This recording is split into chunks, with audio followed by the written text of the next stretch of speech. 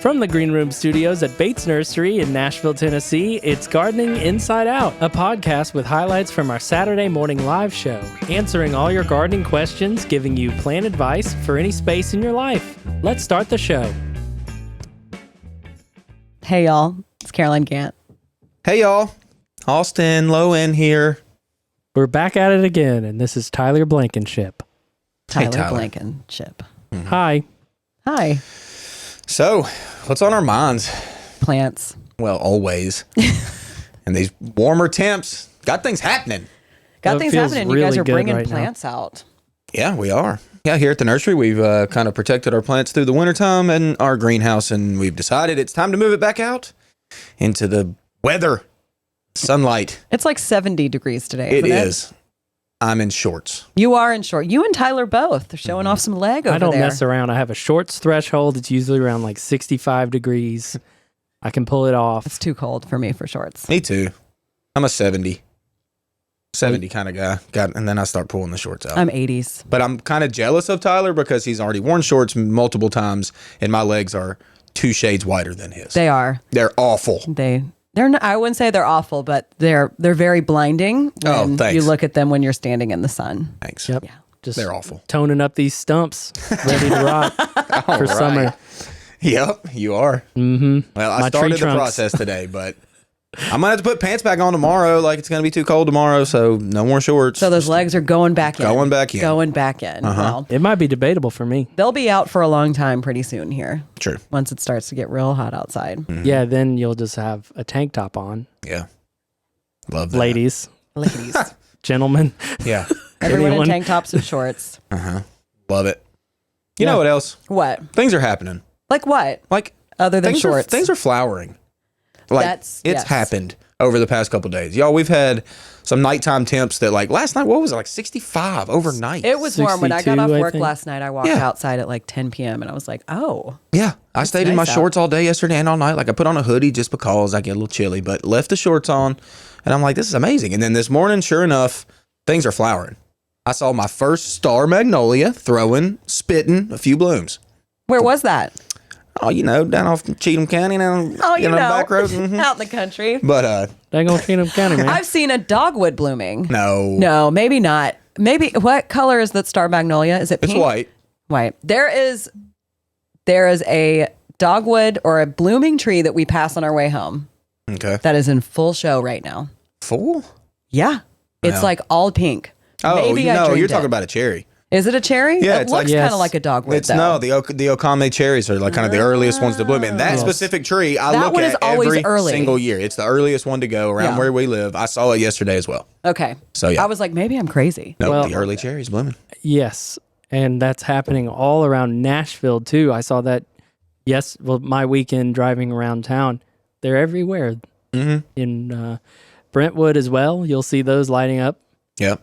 It's always so cool to me how you don't notice stuff until it blooms. You know what I mean? Like, you've never, driving by that tree, if you didn't know it, you've never noticed that tree that's just sitting out there. It's kind of small. It's like, just I noticed it because it's random. very gnarly. It is. Right It's at a the little end of gnarly. somebody's driveway. But then it lights up and you're like, Mm-hmm. You know what else does that the most? I think azaleas. Azaleas just sit kind of green. They don't look great. They don't look bad. They're somewhere in between. And then they just light up. And then you're like, God dang, there's azaleas everywhere around town. And they are. They're all over the place. I'm just not that impressed. Yeah. I like I like the mine. native deciduous azaleas. Something about their cute little teardroppy leaf shape does it for me. You know what I mean? They got that kind of like tapered round end. And then, in the winter, they get a little like yellow, orangey kind of fun colors. They get a little cold kissed, Yeah. No, I get it. I understand what you're saying there. little fuzz. But I am with you too, And then the Caroline. blooms. Yeah, and then the blooms. But I'm with you too on the deciduous native azaleas too. The ones that drop their leaves, like They're stunning. They are money. They're about to be really pretty soon. Yeah, I'm ready. I have one. I've You got have one. You have one. Azaleas? One of the deciduous azaleas, don't you? I mean, I have some in my front yard. You guys got me one, but we shouldn't talk about that one. Last year was a Oh, Tyler. Y'all are the ones that got dramatic me. loss. Yeah, we got you. Y'all got me one. I got for you my the birthday. dancing rabbit. I bought myself a dancing rabbit, and we got you cannons. Cannon's Double Delight. I think. Yeah. The dancing rabbit is no longer dancing in my backyard. I'm sorry. Oh, Tyler. Did it make a weird squeak before it went? Kind of like that little squeak. I can imagine it doing that. It Yeah. had a broken branch that, like, just after it bloomed, it looked a little sour.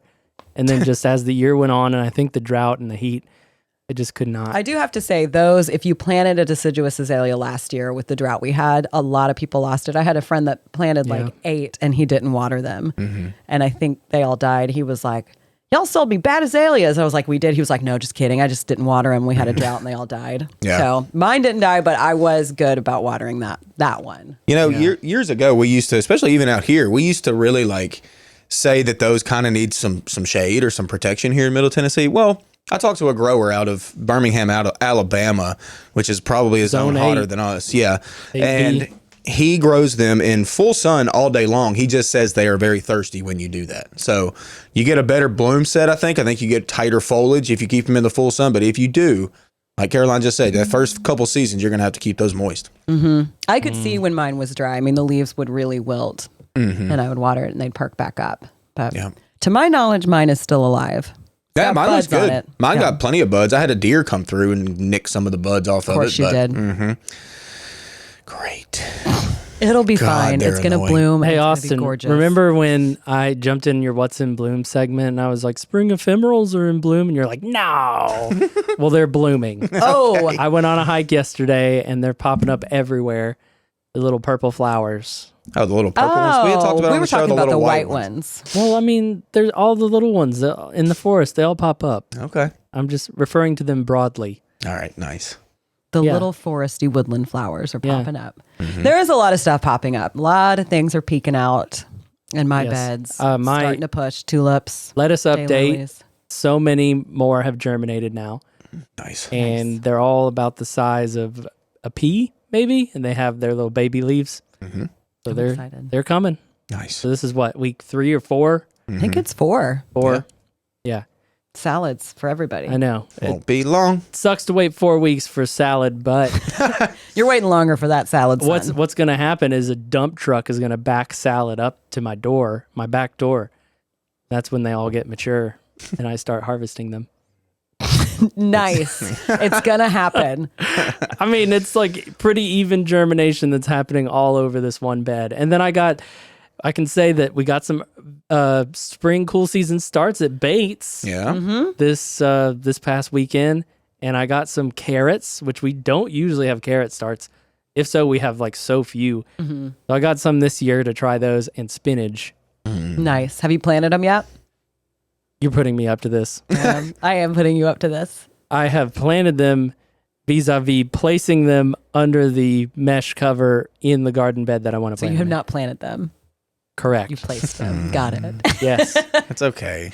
I haven't done any gardening, and I've wanted to, and I need to, but I've gone out and not pulled this some last weeds. week. It's great weed pulling weather, y'all. It is. I did that the other day as well. I haven't had time.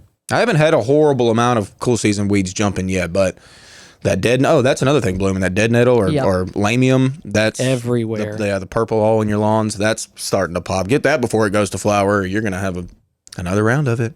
And then What- more next I year. already Do you know have the it. other stuff that's like has tiny white blooms and then those little seed pods that pop at the top? Chickweed. Is that Probably chickweed? Chickweed, I believe, yeah.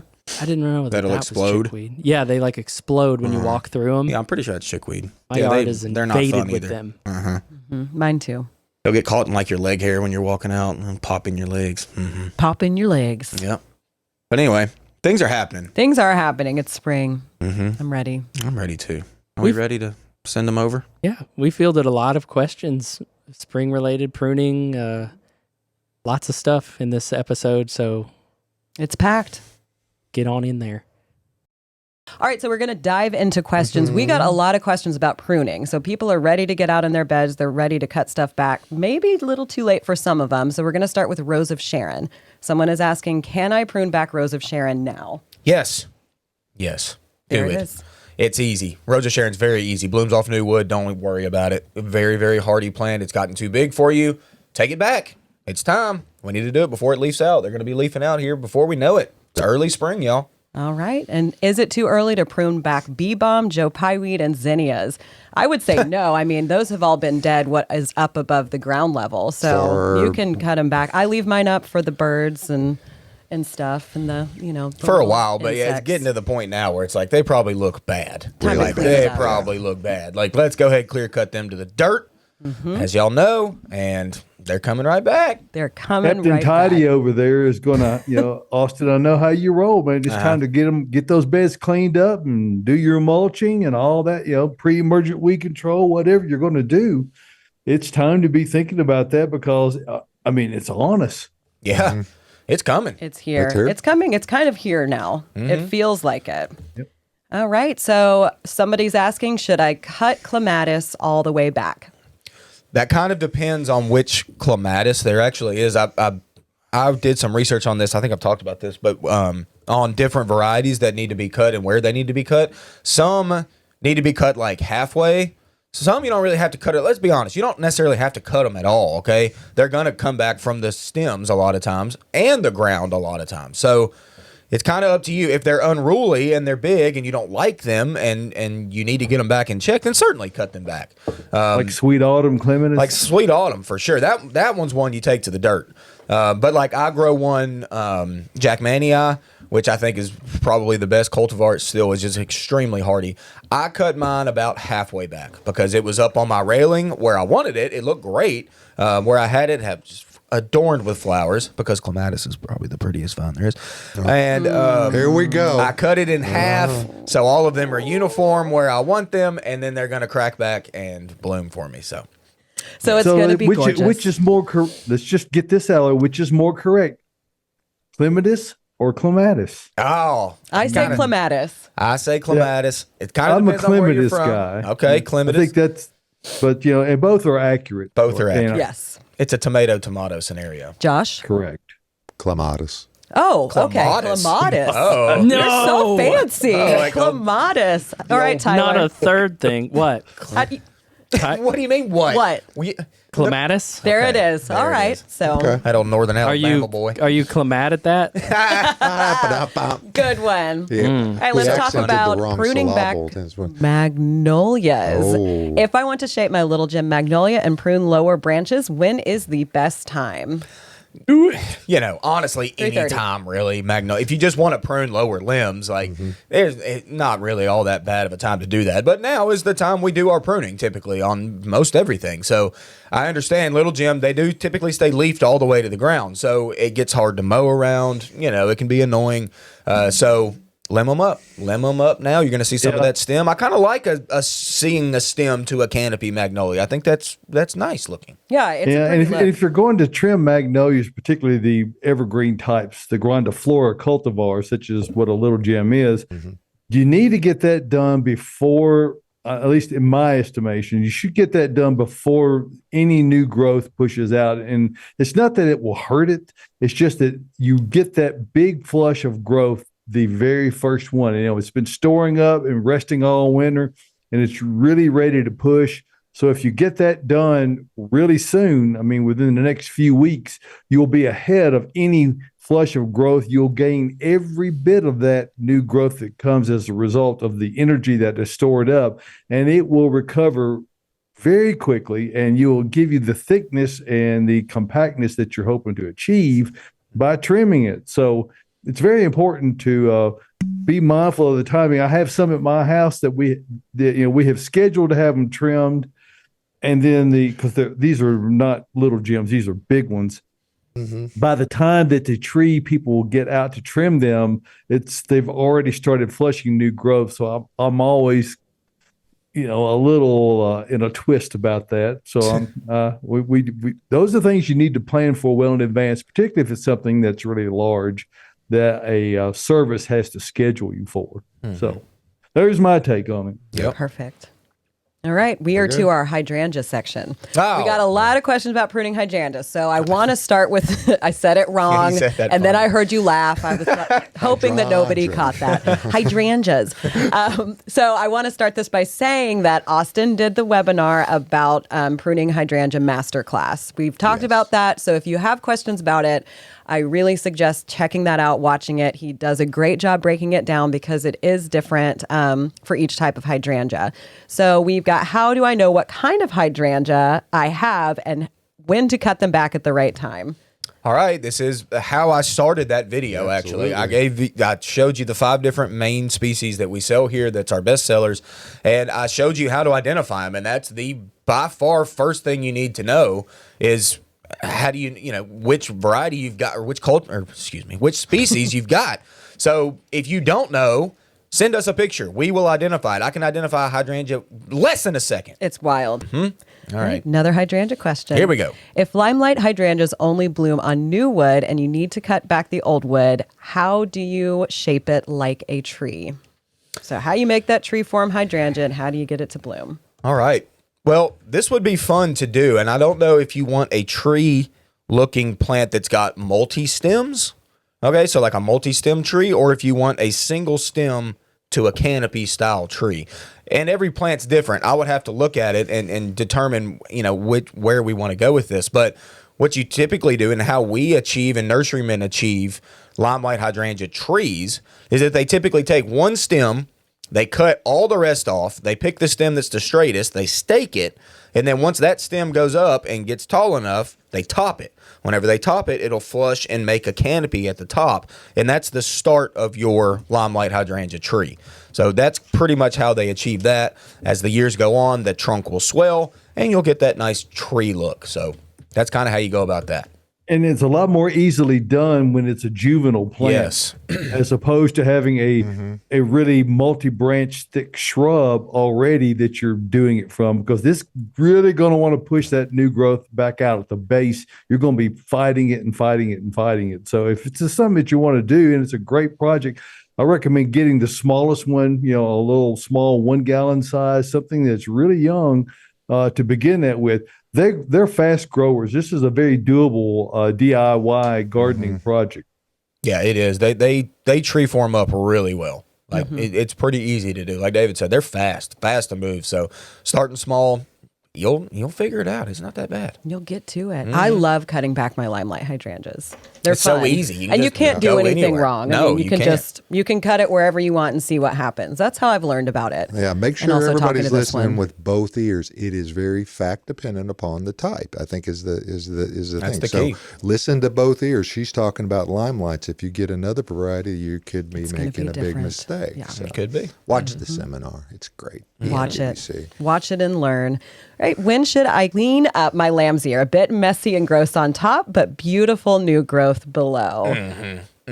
I love this plant. Austin hates this plant. Can't stand it. It's so good. Is it? So I recently cleaned mine up. I would say if it's gross up top, if it's looking bad, you can go ahead and cut it back. I wait until it starts to warm up a little bit just so it doesn't rot too much when you do cut it.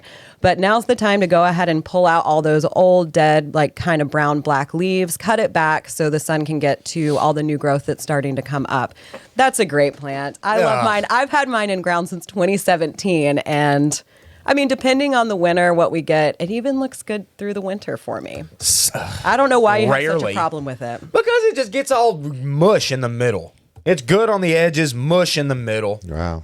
Yuck. And Clear cut it, y'all. I've got prickly pear Time to growing in shear the between it. sheep, It's right? gorgeous. Yeah. Yes. Sure, the It's you, sheep. Austin. I'll say clear cut it down. There you go, David. Gardening Inside Out is brought to you by Earth Mix, featuring Garden Premium Topsoil Blend. This essential mix includes Tennessee subsoil, supernatural organic compost, humic acid, and mycorrhizal fungi to create a truly living soil. Garden topsoil is perfect for establishing raised, edible, and ornamental garden beds, as well as for planting trees, shrubs, and other landscape plants. Bulk and super sack options available. Visit earthmix.net to discover their entire line of soils and amendments and helpful blog posts. Success begins at the ground level when you use EarthMix garden products. I have 2 full-grown holly trees, and they never have berries. They are on opposite ends of the house, and I fertilize with hollytone. I want them to berry to feed the birds. What do I need to do? Well, first off, we need to know one thing, and that's that hollies have male and female flowers on separate plants. We call this dioecious. Okay, if you have 2 male holly trees on your home, they will never produce berries. Sorry to tell you. Or 2 females. If you have 2 females, exactly, and we don't have males to pollinate. We need, even if the females are there, but they don't have males to produce the flower and the pollen for the females to get pollinated, then you won't see berries on those either. But chances are you probably have 2 males if they're full grown and it's been years and you've never seen berries. Unfortunately, you might have males and they will not produce those berries for you. I'm sorry. Oh, so But she's what gonna you need to do plant more. get when you have male hollies is that energy that used to produce berries is not being siphoned off, so to speak. So you'll have hollies that are decidedly more thick and full at a much earlier age because they're not spending energy to produce berries. So there is that. If you need to, in the Christmas time, buy you some fake berries and tie in there. Oh, There you go. good job. That's a That good might plan. be your way to go. At least it gives it that look. Is there a way to Yeah. tell? Like if you're out there on the lot and you're looking at them, is there a way to tell? You can look Yes, at the there is a way to flower, tell. yes. Okay. Like you'd have to really get up on it, and you have to check and see whether it has female parts or male parts within that flower, and you have to know what you're looking for, kind of like a fish or something. Also, Okay. although there are also foliar differences between the male and females. They're pretty subtle, and this is where if you have a keen eye and you're highly experienced, Josh, at looking at those different types of leaves, and you can discern it from that, and by the general growth habit, it will. So if you want to send us a photograph, we can probably tell just from that. Yeah. And a lot of times now, like the tags that you read with your hollies, it'll tell you if it's male or female, whether it's a male or female cultivar. So just check your tags or ask us out here, and we'll let you know if you really want a female. Which having a female that produces berry is pretty nice. It's pretty nice. Yeah. I Yeah, got and one a holly. lot of holly growers now, such as Monrovia, who has their blue boy, blue girl, China boy, China girl, they will plant a female larger plant in with a very small male pollinator in the same container. That's a good So idea. you get around Wow. that pollination issue. They all have one with them. Yep. Oh, So- smart. That's a So yep. there's that. Very Pair them cool. up, put them together. They got a little friend in that pot. All right, cherry laurels. Yeah, we won't ask questions. We won't. No questions. My cherry laurel leaves are turning brown. Is this a sign of dying? Maybe, but probably not. Skip laurel again this year took a little damage. Not near as bad as last year. Last year they lost all their leaves. They turned black, lost their leaves. It was awful. This year they suffered a little bit of damage through that cold right around kind of 0 degrees where we were at. And they didn't like it. So the topmost growth is a lot of them around town, I've noticed, go a little brown. But their buds are fine. They're going to leave past that. Now, you might have a different issue. Send us some pictures. Let me look at it and just to make sure. But It probably is tip dieback. I think it's though. just I think dieback. it was. Yeah. And the good thing about it is, since it's not so severe as it was the previous year, Yeah. You'll be able to prune those back. They'll flush right back out of it. So, I wouldn't be overly concerned about that. We did have 8 inches of snow. Yes. So they did not freeze out, but they could. It is possible because there were some areas that got down to like as much as 10 below zero. Yeah. So, but they still didn't freeze out, but they could have frozen back to the snow line. So you might have to cut them back pretty severely in order to get them to grow out properly. But they're not dead. All right. Is it advisable to remove old Chinese elm leaves from the ground before adding more mulch? Is it harmful to have? Oh, and then the second part. They also ask is it harmful to have arborvitae needles build up 3 to 5 inches under a 20-foot tall 10-year-old arborvitae? It doesn't hurt So anything. basically, can we leave old leaves on the ground under our trees? Yes. I mean, in nature, that's what happens. There's no, natural leaf blower that comes around and cleans up those leaves up The underneath wind? in the woods. I So mean, the north wind. the leaves break down Thunderstorms? and add to our forest, and that's all good. But I mean, aesthetically, if it's in your yard and it looks bad and you don't like it, then certainly clean it up. I mean, in the arborvitae needles down below, it is going to build up as the years go on, as you've noticed, and it'll make this thick kind of spongy kind of mulch, if you will. And it helps for weed prevention. Like a lot of times weeds don't come come up through that. So it's kind of nice. But Moisture. this all comes back to if you like it or if you don't. Right. Okay. If you can live with those needles building up, then live with it. But if you can't and you hate it, then rake it up. It's also soft and fun to walk on. Yeah, I guess. Those needles. Yeah. Yeah, I know that for a fact. They do. Just not barefooted. That's right. They might poke you a little bit, and that'd be sad. Not So- junipers, yeah. Our next question will hit very close to home for someone in this room. Uh-oh. So I want to take a moment of silence. Okay. I have a row of boxwoods that died in the freeze. I'm sorry. Advice on native full sun evergreen shrub as a replacement for privacy. They wouldn't be Justin Brower's. would Native. they? If they're privacy, definitely not. Is this Those your question? That would be is privacy not my for a question. dollhouse. Oh, the hard part is the native. The native evergreens. That's the tricky part that we don't really have all that much here. But if you want something that is native, that's evergreen, that kind of looks like a boxwood, inkberry holly. Full sun? Yes, it's fine in full sun. It's fine in shade. Seem disappointed by this. I am answer. disappointed in inkberry It's not holly his a favorite little. plant. It's not. Nowhere near my favorite plant, but it is a native evergreen. It can handle a wet spot. It's rain garden approved. Y'all know my biggest problem. Semi-broadleaf. Yeah, it's broadleaf. It kind of resembles boxwood a little bit. Yeah, but I'd call it a semi-broadleaf, though. Yeah. They are prone to defoliating and particularly bad around the base. That's the worst. They do require a lot of trimming to keep them full. There are a few newer cultivars that are seem to be a little better about it, but that's the biggest flaw they have. I think don't you agree, Austin, that you need to be kind of prepared to perhaps do some low plantings as they grow to fill the bottom end with some other type of green foliar contrast so that you don't have to cut them back so much, you can let them stretch out? What do you think? I think that's an excellent idea because, like David just said, they defoliate, y'all. They have sticks up like 3 foot, just bare sticks, and then leaves. So that's highly annoying. Boxwood does not do that. Boxwood stays leafed all the way to the dirt. And if you're going to grow inkberry holly and you're not going to prune it, be ready for that. It's going to happen. So like David just said, ring up, get 3 different shrubs, maybe something flowering or whatever, out in front of that inkberry, and that'll kind of cover up some of those sticks, and it'll be more attractive for you. So I think that's an excellent idea. Now, native, I wonder if we're meaning native to Tennessee or native to the United States. Well, that's It's a always good point the question. because they might actually not be in Tennessee. We Right. get questions from all over. Well, I know that's a good point. So I mean, there's but when it comes to I'm going native to Tennessee because that's where we're at. Right. That's what you know. But I mean, we just don't have a ton of native evergreens here. We live in the Right. deciduous capital of the world. Right. I mean, things drop leaves here. So it's just a tricky question to get something native in there. But like I said, inkberry holly is one that will do that for you. They are widely grown, so they have a wide range of native range, I should say. So they're going to be, if they're not native to any specific area, they're going to be hardy to a whole lot. Yes. So Right. there's no reason why you couldn't use it in most areas. The biggest thing that you couldn't do is I think they're probably a more susceptible to damage from excessive heat than they are from cold. Is that your assessment? Yeah, and Austin, even what do you I think? think so, but even still, you know how they are here. They're going to live. They're pretty tough. They're pretty Yeah. tough. Yeah.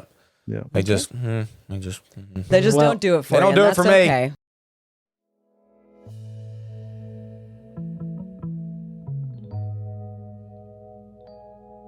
Gardening Inside Out is brought to you by Bates Nursery and Garden Center. Spring is at our doorstep, and if your plans involve improving your landscape or starting a garden, then Bates Nursery is the essential place for what you need. They offer the largest selection of plants in the Southeast, from unique flowers and trees to tropicals, roses, houseplants, and native plants. Bates Nursery's 92 years of serving Nashville gives them unparalleled experience in stocking the plants that perform best for your home. Their friendly staff of horticulture experts are ready to assist you with your gardening needs. Located minutes from downtown Nashville in beautiful Whites Creek, Tennessee, just off Briley Parkway at exit 19. Shop inventory online before you visit at batesnursery.com. Bates Nursery and Garden Center, beautifying Nashville since 1932.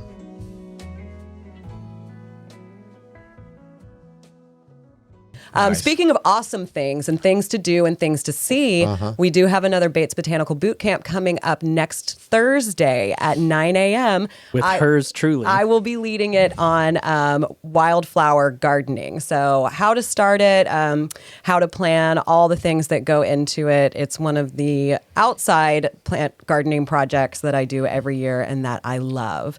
So make sure you register. You can go to the Bates website, scroll down to the Bates Botanical Boot Camp link. You can go there to register. And if you're not available at 9 a.m., all of our boot camps are streaming on YouTube and Vimeo after, like the day after, so they go up. Yeah. So you'll be able to check it out, learn a lot of cool things. And again, all these hydrangea questions, y'all go watch Austin's masterclass on hydrangea pruning. Already up on the YouTube channel. Already up. It's even got chapters. You can jump around. You don't have to listen to them the whole time. Yeah. We love talking about plants. We can go for a long time. I had one go for almost an hour and a half. You had one go for like an hour and 45 minutes. That was roses, though. Current was record holder. Yeah. We I just probably kept won't going. ever go that long again. No. But you kept most people engaged. Yeah, well. All right. So speaking of engagement, let's engage into more questions. Let's do it. Okay. I used neem oil on a peacock calathea. Now the leaves have mostly turned brown. Can it be saved and how? So neem oil is something that I do use to help treat plants, especially if they've got pest, but if you use too much of it or if you don't dilute it properly, it actually creates this film on the leaves and it suffocates the plant. And I see this happening a lot. So if you're just cleaning the plants, water is the best thing to use. Water and a microfiber towel and just wipe them down. If you need to treat it with neem oil, like I said, make sure you read the directions, you dilute it properly, and you don't overly put that neem oil on the plant. So this could be what happened. Also could be that it's winter and calatheas just kind of start to tank a little bit in the winter. Right. What you can do is clear cut that to the dirt, as we like to say. It's going to flush back up. It might take a couple weeks, but it's going to be even stronger and healthier and just give you the leaf color that you're looking for. So it can absolutely be saved. It's still alive. Just cut it on back.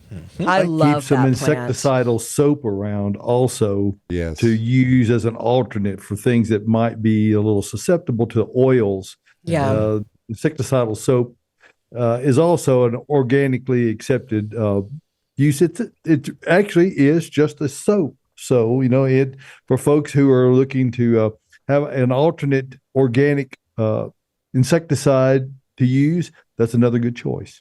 Yes, it is.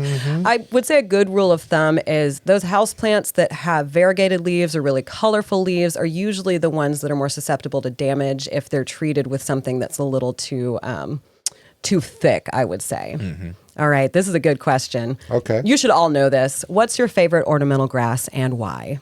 Oh, y'all know mine. Yeah, I North kind of want wind. everyone to guess. Switchgrass. That's my favorite. There's a lot of different switchgrasses that are cool, but Northwind just has really good fall color. I grow it at my house. It's still up, blowing in the breeze. Love it. It's tall and tidy. I have it too, and I have a couple different switchgrasses, and this is the one that stays the most contained, the most like round shape. It spreads out each year and gets a little bit larger, but it doesn't tend to kind of get a little bit messy like my heavy metal. Yeah. That one just kind of starts to grow out. Hey, I'll give you a fun fact really quick with switchgrass, especially Northwind, the ones that really go upright. The more fertile the soil, the more it wants to flop down. So do not overly fertilize your switchgrass, okay? It is totally fine with poorer soils, and it will be much more erect for you. So don't overly fertilize switchgrass. Don't do it. I didn't know that. That's great to know. One that I really like is Purple Arrow Little Blue Stem. I planted that last year. It's small, so it looks really good in front of, I planted it in front of crepe myrtle. But then the bloom spikes come up, I would say like almost 3 feet. So then you can see through it. It creates this whimsical little wall of purple flowers. Really, really cute. They are cute. One thing it's a tougher one to find, and I know Josh will concur with me on this one, is the golden Japanese forest grass. Oh, most honorable Hakanakloa. Yeah, Hakanakloa macroareola. It is a beautiful, very low growing, but it's also very adept, as you well know, Josh, of growing in a shade area. And it gives you a little spot of color without flowers. So another good grass. It's just not available at all times. So if you see it and you've got a spot for it, you ought to jump on it. Buy a bunch of them. Biological. Well, It looks- I don't know if it- you'll ever see a bunch of them. Well, What's the most but I we've mean- ever had at one time, Austin? Maybe, doesn't. 25 or 30, maybe. Yeah. They are slow growing and they're not plentiful. No, and And they I- go quick. I fell in love with muley grass. So Okay. that's If you can get muley grass to grow and perennialize here, then Yep. you're doing good. And yeah, they're fantastic. I mean, pink plumes atop of grassy foliage, like money. But Be a little tricky. it's You've heard that word. Y'all come out and just talk to Bridget, our grass girl that's out here on the lot. She could talk about grasses with one person for probably 5 hours. She is the soothsayer of all grasses. all things. Yes, Bridget is fantastic. I haven't had success with this, but I like the look and feel of Mexican feathergrass. It's a sensory experience for me, and I've tried growing it. I suck at growing it because it doesn't like wet very much. It's and not I you, still Tyler. At all. I still it's haven't. not you. I still haven't found the right spot for it. You will one day. Sherry wants to know what's the best time to plant switchgrass, Austin. Oh, anytime with 3:30. switchgrass. Yeah, 3:30 this 3:30. Do it afternoon. at Be 3:30 good. today. Come on out and do it. Hey, we got a question from Colin. Oh, Hey, Shout out to Hi, Colin. Colin. Good morning. Can't wait to see you Tuesday. We're seeing Colin on Or to- Tuesday. Yeah, you are. I guess now We're all seeing Okay. Colin Tuesday. he's coming out to visit with a friend. So, Colin's got a question about macho ferns. Yeah. Hanging macho fern looking scraggly. Should I cut it all the way back to the dirt or leave it? So, if you have overwintered your macho fern, your Kimberly Queen, your Boston fern, they're all going to look like that right now. I actually spent a good chunk of my day, one of my days last week, cleaning up the Boston ferns that we have left over from last year. So, you can clean it up and cut back anything that looks bad, anything that looks damaged. But what I would suggest doing, and what I do with the ferns that I have at my house, I clear cut them. And then once it warms up a little bit, I'll stick them outside, fertilize them, water them really heavily. And they're going to look a lot better and more uniformed if you do cut them back instead of trying to just clean them up. And it's way easier to do it that way. And it's so beautiful to watch them in the spring come out and just unfurl like ferns do. Yes, like, you and can see those little Yeah. round guys coming up and just opening. glossy foliage. Like when it's new foliage, it's so much better, Colin. So much better. So much better, Colin. Yes. Don't give up. Colin, clear cut that fern. Go Yeah. ahead and do it. Hey, we are in our last 5 minutes of the show, and I don't know what is happening around town, Josh. What Is anything? possibly could be? That's the wrong one What's in bloom? with Austin. Okay. Not a back. ton. It is back. It is back, but it's minimally back. I mean, I'm not saying really too much blooming right now. Is your Carolina Jasmine blooming right now? No, mine is I didn't not think blooming. so. That one It's is. not. We have them in the greenhouse. We have a lot of things blooming in the greenhouse. These just came in. So. So not a ton. Witch hazel is in bloom. Pansies are still good. Yes. Other than that, I bet you Daffodils are popping Forsythias up. are- daffodils still. Forsythias- Forsythia's not yet. forsythias I haven't cracking. seen. They're cracking a little bit. Yeah, I mean, you might have a random one here or there, but I have not seen a ton of forsythia yet. So y'all, I bet if Give you us go a couple weeks. for a walk in the woods, you might be seeing some ephemerals pop up. maybe. Ephemerals? Spring ephemerals. Wow. Them little fairy like flowers in the woods. Are they the white ones? There's all different kinds. The little Star of Bethlehem? Mine Yeah. aren't blooming yet. Mine haven't started They blooming haven't yet. started No. yet. No. No. Not in my woods. My woods don't really have anything blooming right now. Besides Everything's still daffodils, sleeping. not much. Yeah. Yep. Sorry, that was a week. What's in bloom? The Great It was White fun, though. Plague is going to be upon us, though, folks. They're No. already they're already juicing up, getting ready to go. Right. Josh, let them know. What are you talking about here? I can't say those two words together in can't? the same sentence. Oh, well, then Well, put it in two separate We'll sentences. just call them calorie pears. There you go. Oh. Okay. There I you was go. so Yeah. confused. The Bradford pear and the associated cultivars are, they are a poor choice. Oh. And if those who have them really should consider getting rid of them, or if in the case of if you really want to do the next best thing to just removing them is to prune them right now severely, and then they won't flower. Like flush And with the then- ground, cut them to the dirt. Well, no, that would be the best. Yes. Grind the stump. Right next to the ground. But Set it at on least fire. cut them back Or where severe. you've removed all the ends of all the branches, like about a third of the way in, and then they won't bloom. And then you'll go, well, why am I having this thing? And then that's the reason why you would remove it. There they're, you go. they're not a good tree. They have produced invasive offspring that if you live in Williamson County in particular, you will see they have destroyed the They're natural everywhere, woodland David. areas. They're Up the sides of a hills. major problem. Yep. Major problem. Miriam says Lenten roses still too. Oh yeah, mine Lenten are Rose. popping. Thanks, Yes. Miriam. Oh yeah, when I left my house this morning, driving down my driveway, mine are finally up and fully open. Today was the first day I really saw it. Yeah, Might have been open for like 2 weeks. Nice. 2-3 weeks. So our daughters. Quick question. Greg I'm going to talk. Greg from Corinth, He's Mississippi. excited. He has sent me a couple Formerly of pictures. from Thompson Station. Yeah, Greg from Thompson Station. Greg, the best way to send us pictures is where, Caroline? You can send it to the email gardeninginsideout@gmail.com. Because when you send them on Messenger, we'll get your answer. We'll get the question answered, but it's hard to get them drawn in and shared. We can't get them on the show for production. Right. So if you can send them ahead of time, I That would really say helps. by Yeah. Friday evening, that would be ideal, or Friday afternoon, so we can get them loaded and ready to go. yeah, and it's And Pam, I haven't forgotten about your magnolia transplant Right. there. I want to show that off too. So. Yeah, it looks like and again, the question is about trimming, and I think it's a laurel of some sort, but I'll show it to Austin here in just a second. I think, is it the picture you sent to the group? Yeah, it looks to be a laurel of some sort. This Hey, Yeah, that's a Yopon holly, I think. A Yopon. Yeah, Can he cut it? hey, we're running out of time, we guys. are. It Yeah, give that a happened little. again. Give that a trim back. Okay. It just needs it. It's getting a little big, so Getting a little let's just take shaken. it back. It's going to reflush. Okay. That's actually Yopon holly is a native evergreen as well. Yeah. Forgot about that earlier. It's native to Mississippi, or it can be in Tennessee too. Both. We Yeah, can there you discuss at another time why the botanical name is Ilex vomitoria. That's right. Start with that And- next and- week. All right. Yeah, we can start off with that next week. Hey, folks, Cool. music means that this hour of the Gardening Inside Out show is coming to a close, but we're going to come back next Saturday morning and do it again. We're going to do it right here from Bates Nursery and Garden Center inside the Green Room Studios. For all the participants here, we thank you for joining us. Encourage you to do so. Like, share, call us, do whatever you need to do. Get it out there, and we'll come back for you next Saturday morning for Gardening Inside Out.